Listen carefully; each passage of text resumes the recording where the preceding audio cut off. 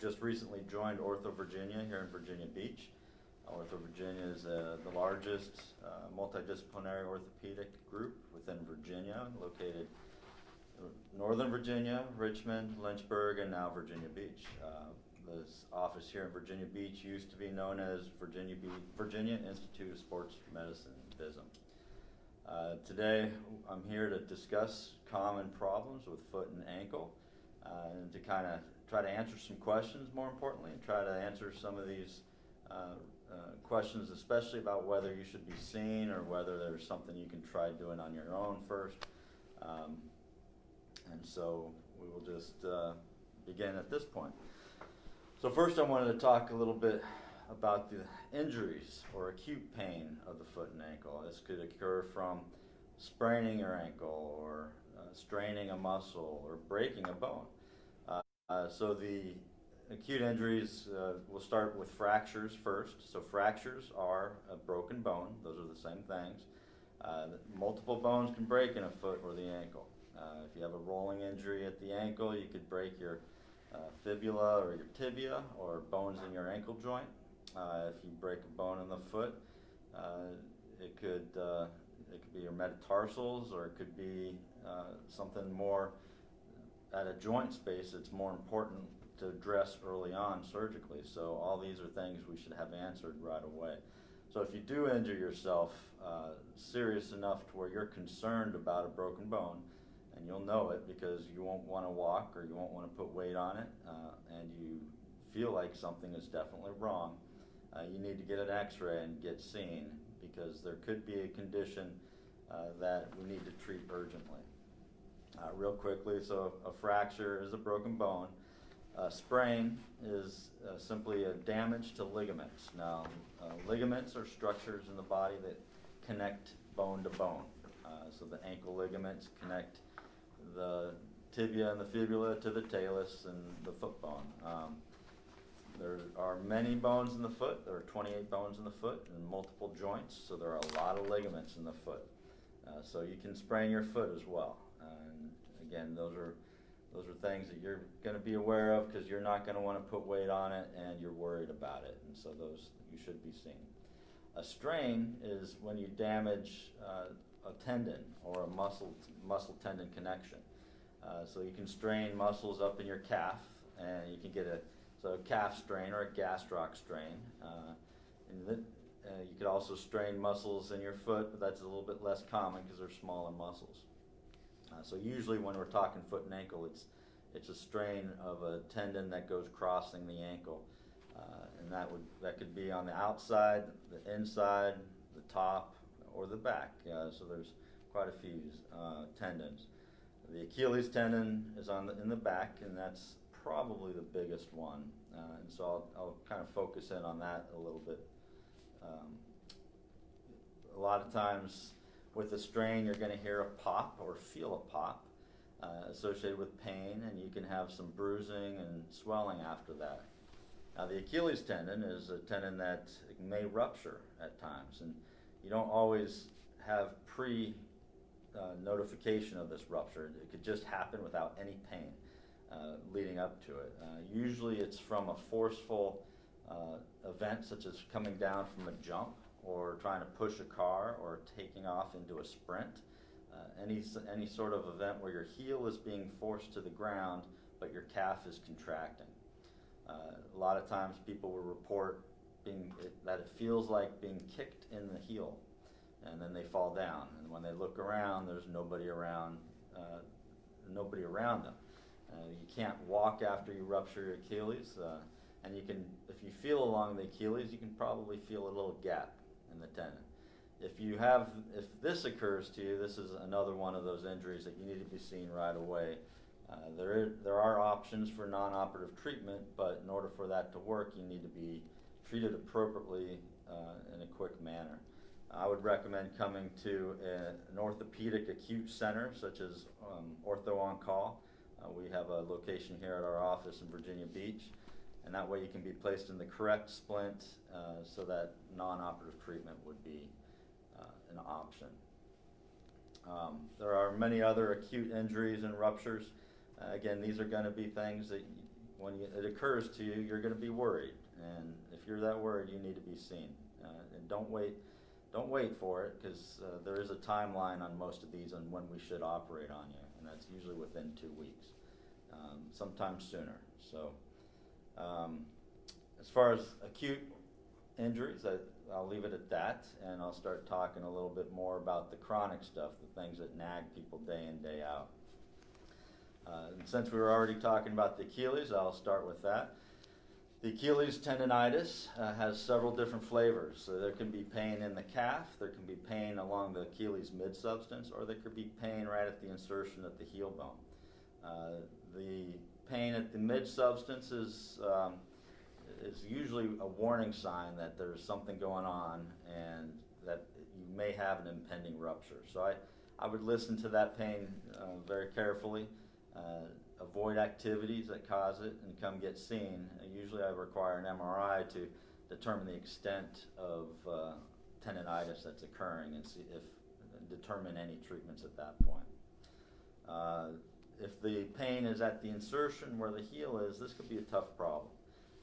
There's non-operative ways to treat this. The most effective is activity modification. And that's really just avoiding the activities that cause the pain. Unfortunately, a lot of people have walking as an activity that causes the pain, and this becomes much more of a problem because people want to walk. And so some things that you can try on your own. You can put a little heel lift under your heel and take some of the strain off of the Achilles. That might help the symptoms. The one problem with this is that heel lift may lift your heel up to a point on your shoe that the shoe is now pushing on it and it hurts. So you may need to modify your shoes if you try this. Another way is to perform some physical therapy type of activities, such as stretches, eccentric strengthening, which is simply just lowering your heel slowly to the ground. Some physical therapy may help on this. As you go longer into the symptoms and none of these other devices are working, one more thing you can try, just think about your shoe wear. How old are your shoes? Are they getting worn out? Is it the right shoe for you? Are you doing the activities in the right shoes? Are you trying to go hiking in flip-flops, or are you trying to run in boots? Those are all things that are very important, especially if you start having pain without any known reason. If that happens to you, foot pain or heel pain, start thinking about your shoe wear and seeing if you need to update your shoes. It's a very common cause of most of these problems. But if on the Achilles tendonitis, especially the insertional side, if these modifications you're doing aren't helping, there are some injections. I do not inject corticosteroids into the tendons. That could lead to an increased risk of rupturing those. So I do not recommend any corticosteroid in any tendon at any time. The things that you can inject are platelet-rich plasma. That does have, or stem cells. Those have some benefit, not a drastic benefit necessarily. But the problem with those is insurance companies don't typically pay for that.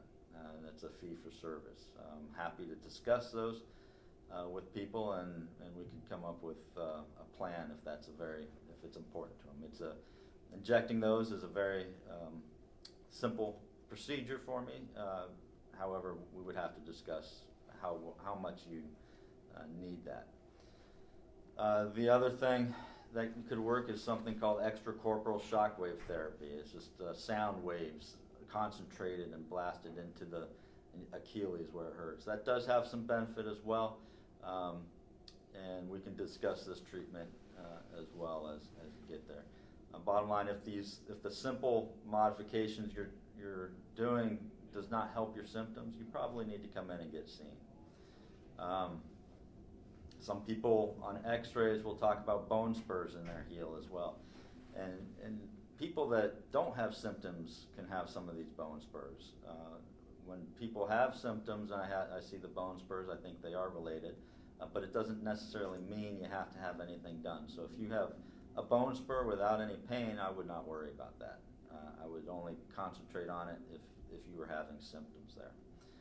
But if you get to the surgical stage of things, if none of these other things are working, those bone spurs do get addressed in the surgery.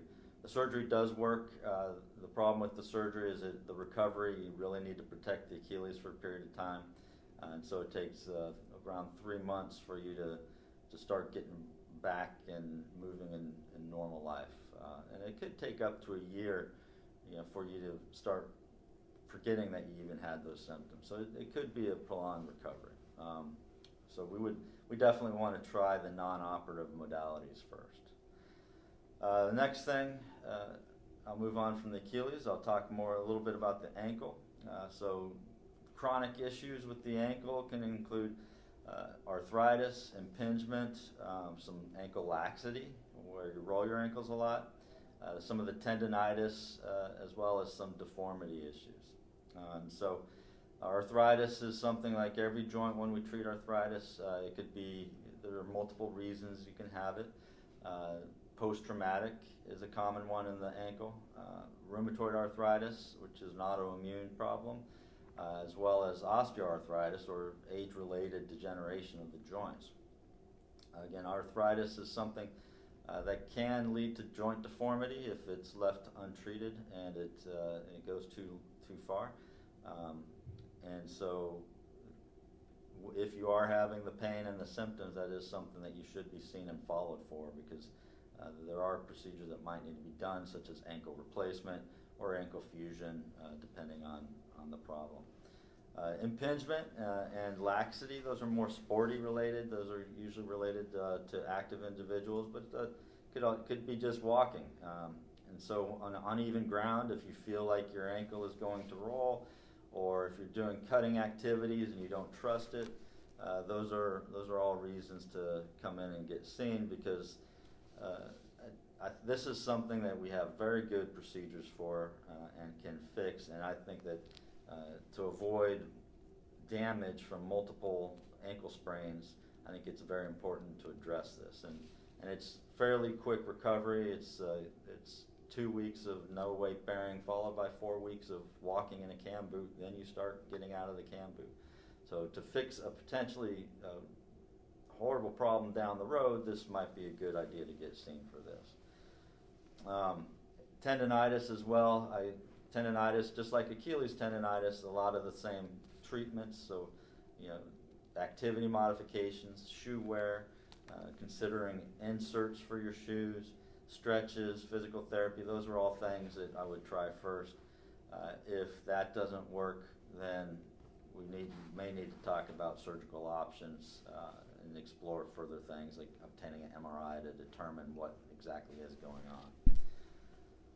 The anti-inflammatories, I haven't mentioned that yet. That is also something that I commonly recommend. Over-the-counter medicine usually works just fine, but if that's not doing it, we do have prescription strength medicine that might help you more. There's also occasional times when I will use a steroid or an injection of a steroid into a joint to help decrease some of the inflammation. And so that's something I would have to discuss with you as well. Moving on from the ankle, I'll talk a little bit about the heel. A very common problem I see in clinic is plantar fasciitis. It's a lot more common than you would think. I see it all the time.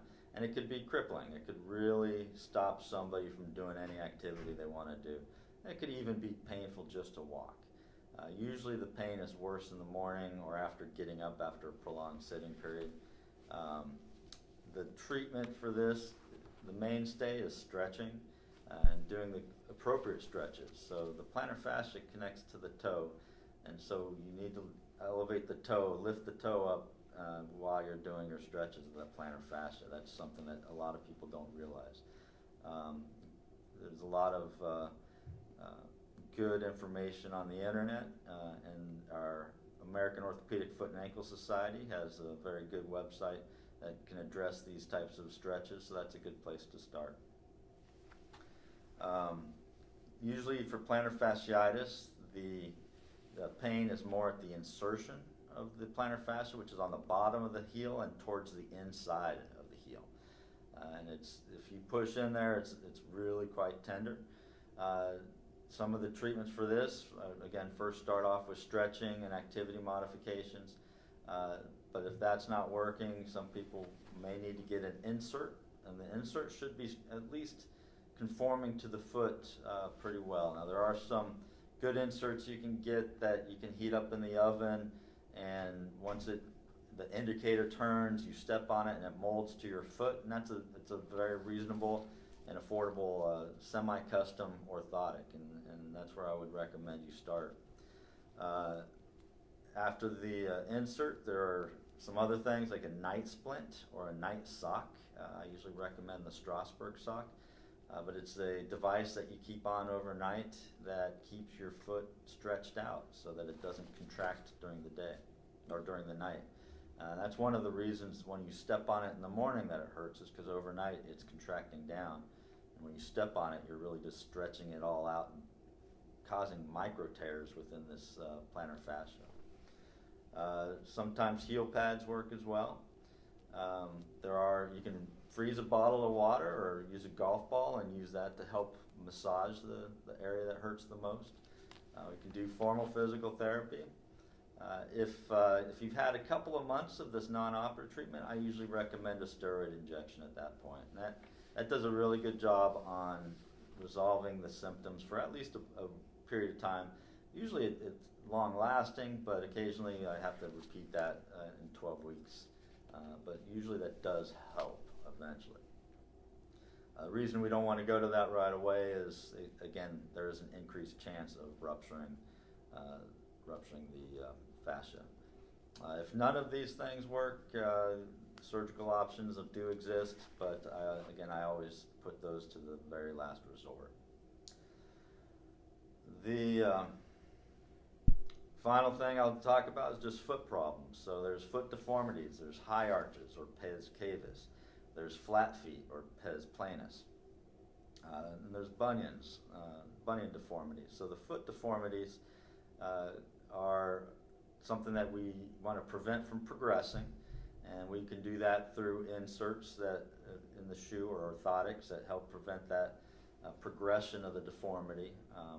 The surgical options for these are quite extensive, and so the recovery is a little bit prolonged. So if we can prevent the deformity from occurring in the first place, then hopefully we can prevent having to go through that surgical procedure. If there is pain related to these deformities, usually the way to correct this is surgical, however. I mean, we can try braces, we can try orthotics, we can try custom lace-up braces, and those do work, but if you don't wear them, they won't work, and so surgical options may be needed. So if you have deformities and you have pain associated with this, you should be seen. Bunions can be severe or they can be mild. I usually recommend, especially for the mild ones, to just buy shoes that don't rub against them. Get a wider toe box. The surgeries for these can correct it. However, there are complications, and so if you can get by with a wider toe box and that makes you happy, then that's what I would do. And again, if that's not making you happy, then come on in, get seen, and we can talk about surgeries for that. The other thing I want to talk about that's really common, especially in active people, are neuromas. This is a nerve that has got a little that's prominent, and it's being pinched usually by a couple of bones in the foot. It's usually right around the middle toe. You might feel some numbness. You might feel shooting pains going up or down your foot. It could be related to walking barefoot or running, and it could be a slow onset. And so with neuromas, the first thing I go to again is shoe wear modification, a neuroma pad. It's a simple thing you can put in your shoe. It can help spread the metatarsal heads apart so that they don't pinch on that nerve. If that's not working, again, an injection could help. If the pain comes back after that, there is a surgical excision that can be done. But that is another very common pain that I see in clinic. And so I'm kind of wrapping up with my pearls here, I'm wondering, or do we have any questions out there? This is Rich Loftus with OrthoVirginia, and I'm going to relate your questions to Dr. Duerden. I have tried to review each and every one of them, and hope to be able to refer some of those questions that came first. So, give me a moment, and Dr. Duerden, here comes the first question. Sure.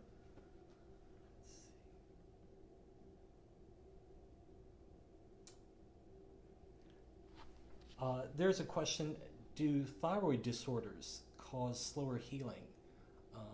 And a woman refers to an avulsion fracture that she had. So yes, so thyroid disorder. Now, as far as bone healing, I'm not familiar with any studies that specifically look at bone healing, but you can extrapolate from wound healing, and that it probably does have a problem. There is a well-known study Paul Giuliano out of Penn State did that talked about wound complications with people that were taking a thyroid substitute such as Synthroid, and there was an increased risk of wound complications associated with this. So absolutely, an uncontrolled thyroid or somebody that's on a thyroid substitute does have a little bit more risk in wound healing, and likely has a delayed bone healing problem as well. Other factors that might weigh into that: diabetes is very common. That is definitely a problem with wound healing and bone healing.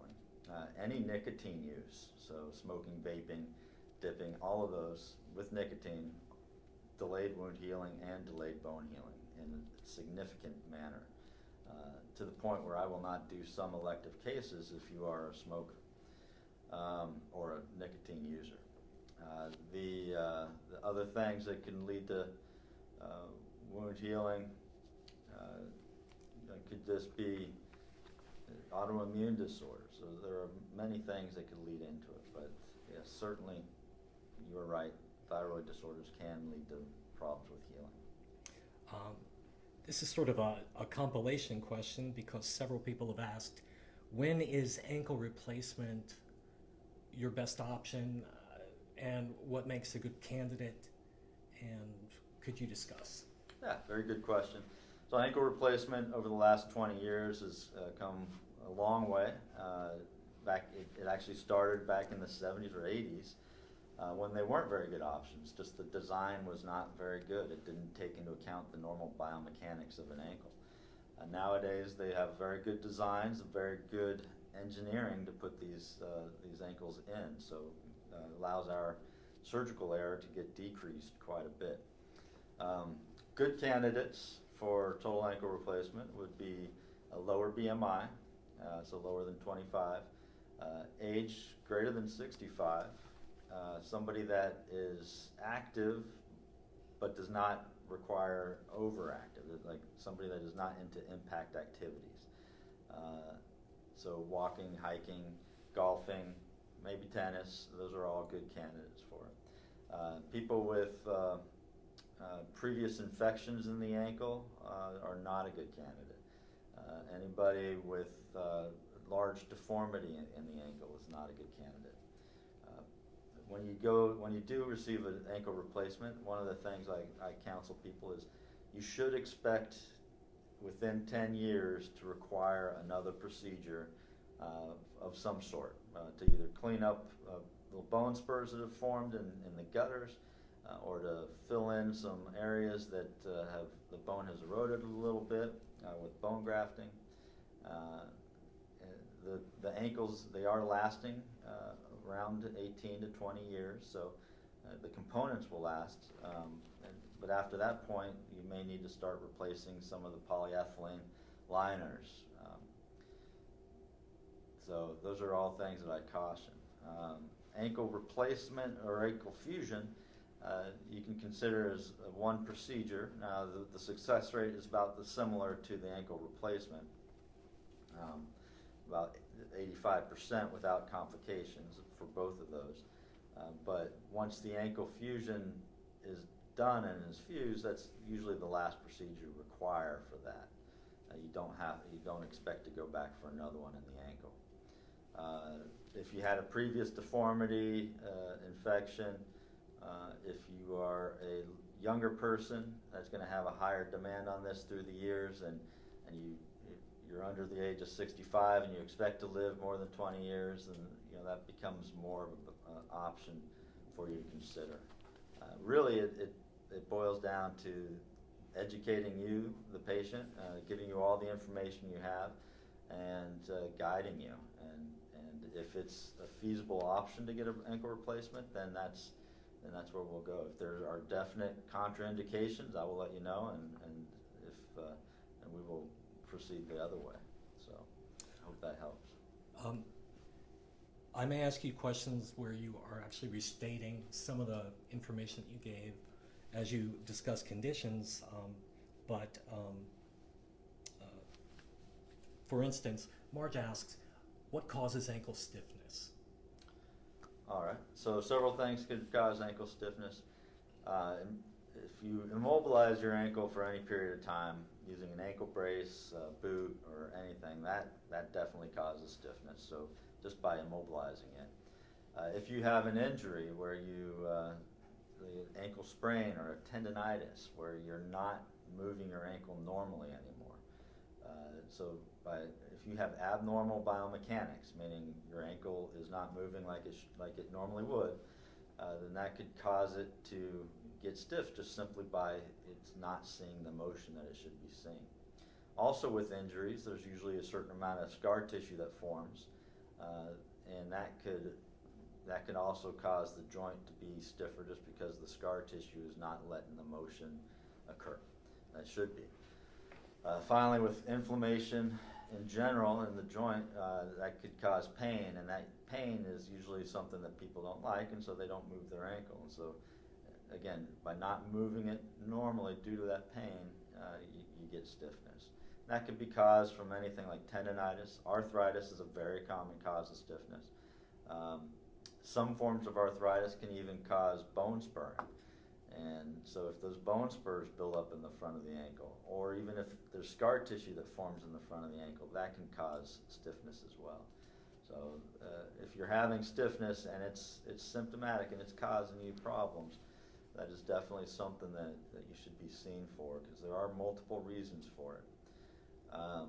The procedures to fix that could be as simple as an injection or physical therapy, and sometimes I do arthroscopic surgery to do this. It's a minimally invasive surgery to debride the ankle joint if there's a small bone spur or if there's scar tissue in the front of the ankle. So that's very common surgery I do as well. I'm not sure who submitted this question, but it's a good one. Barefoot doesn't always feel better to me. Sometimes when I'm wearing a shoe, I feel less pain. Why is that? Okay. So we have been wearing shoes our whole lives. So our feet have not, they no longer are adapted to walking barefoot. Like a very well-known book, Born to Run, which talks about barefoot running and how that was the answer to everything for running pain. It turns out that's not the answer all the time. Not everybody is meant to walk barefoot. And so, especially as you get older, the foot is constantly remodeling, and so and there's a fat pad if the pain's at the ball of your foot, there's a fat pad on the ball of your foot that starts to atrophy with age, and both men and women, and sometimes you feel like you're walking on a pebble. It's called metatarsalgia. And so, if you aren't wearing shoes or aren't wearing a support that will offload that area, that can cause the pain. And so shoe wear, it does make a big difference. If you need to find the right shoes for the right activities, like I was talking about earlier, but it does make a big difference. So barefoot doesn't always feel better. In fact, it could make things worse if you particularly have an area of inflammation that you're aggravating by walking barefoot. Now, it doesn't mean you're always going to be painful when you're barefoot, but you may just need to give it a break for a little bit.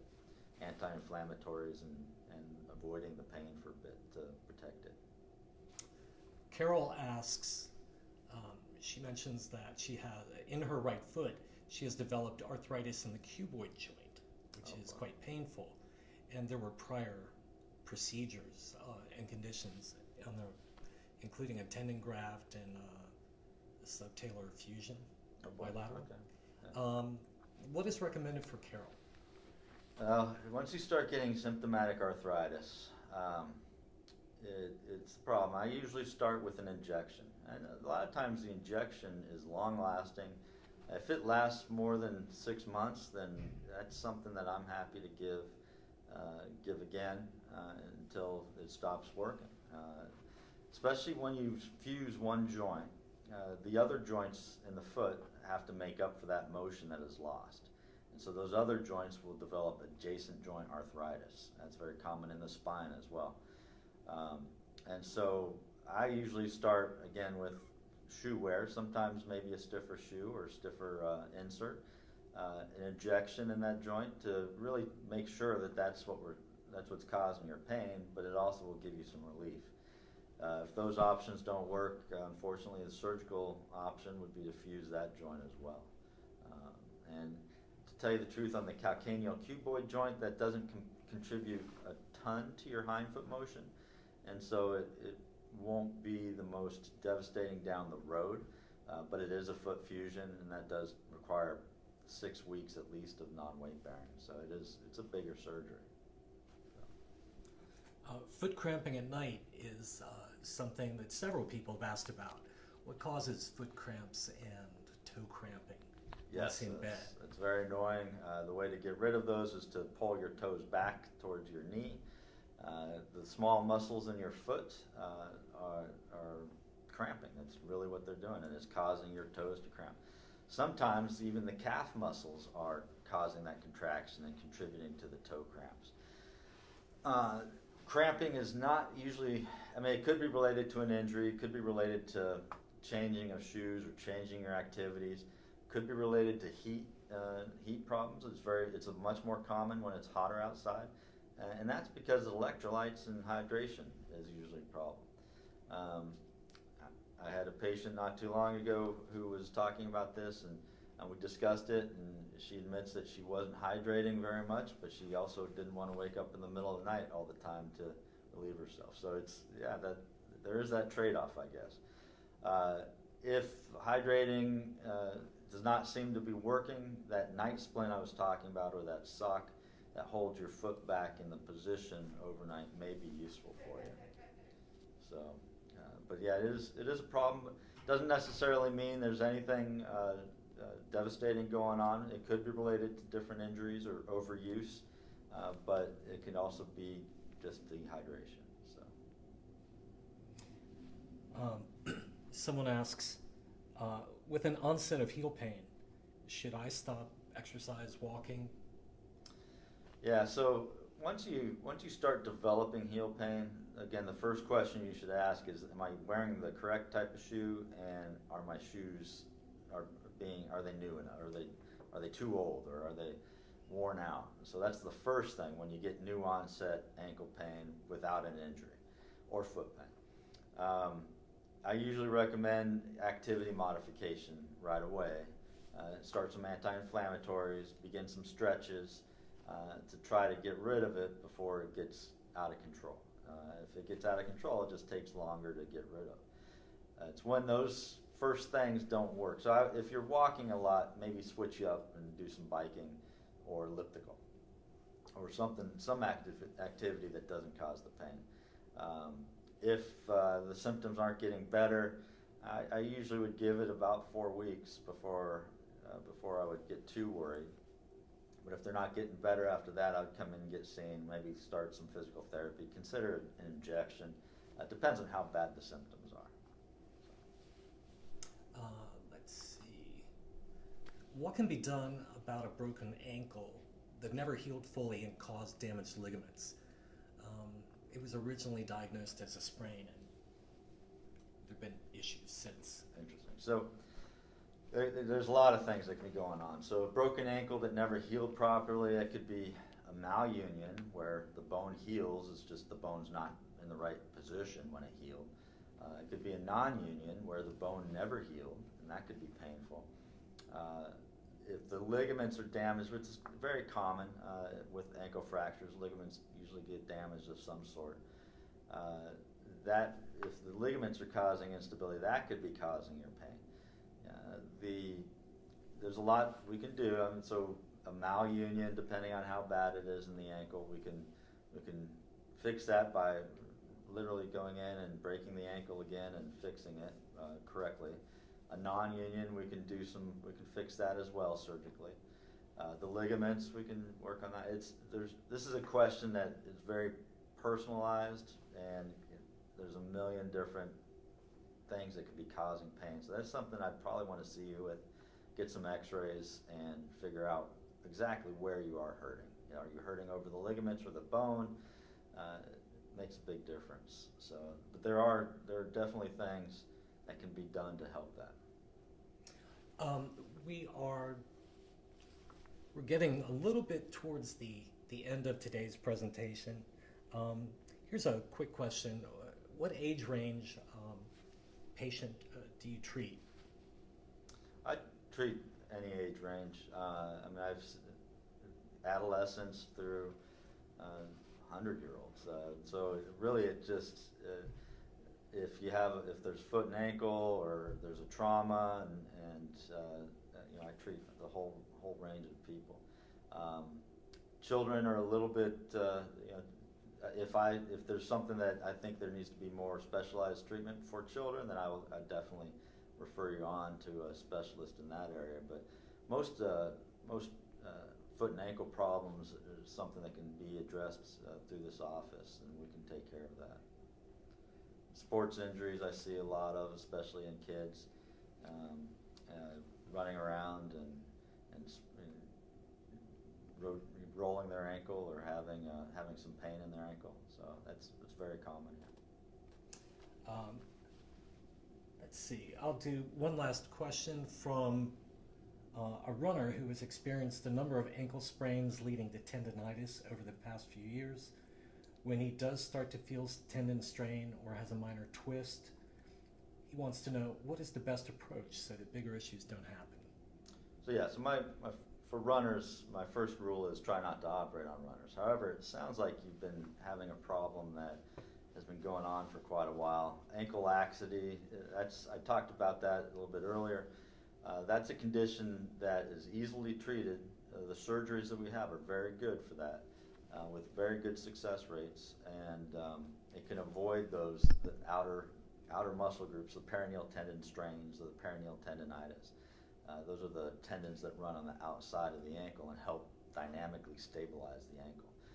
And so by reconstructing those ligaments on the outside, it can really take that stress off of those tendons and decrease that pain. So that would be something that you've been dealing with for years and is symptomatic and is stopping your activity like you desire. That's definitely something that I'd want to see you for and hopefully help you out with. And again, the recovery for that sort of a surgery is 2 weeks of non-weight bearing followed by 4 weeks in a boot weight bearing as tolerated. So there might be some other things going on. If you've sprained your ankle a lot, like I said earlier, it could lead to damage to other structures, especially like the cartilage inside the ankle joint. So I would want to evaluate that prior to any surgeries to make sure that there isn't something else going on too. But that is a scenario that I like because we can fix that and help you out. Dr. Duerden, I'd like to thank you, and I'd like to thank everyone who was a visitor to this Facebook Live event by OrthoVirginia. And this event will be archived and can be viewed in its entirety.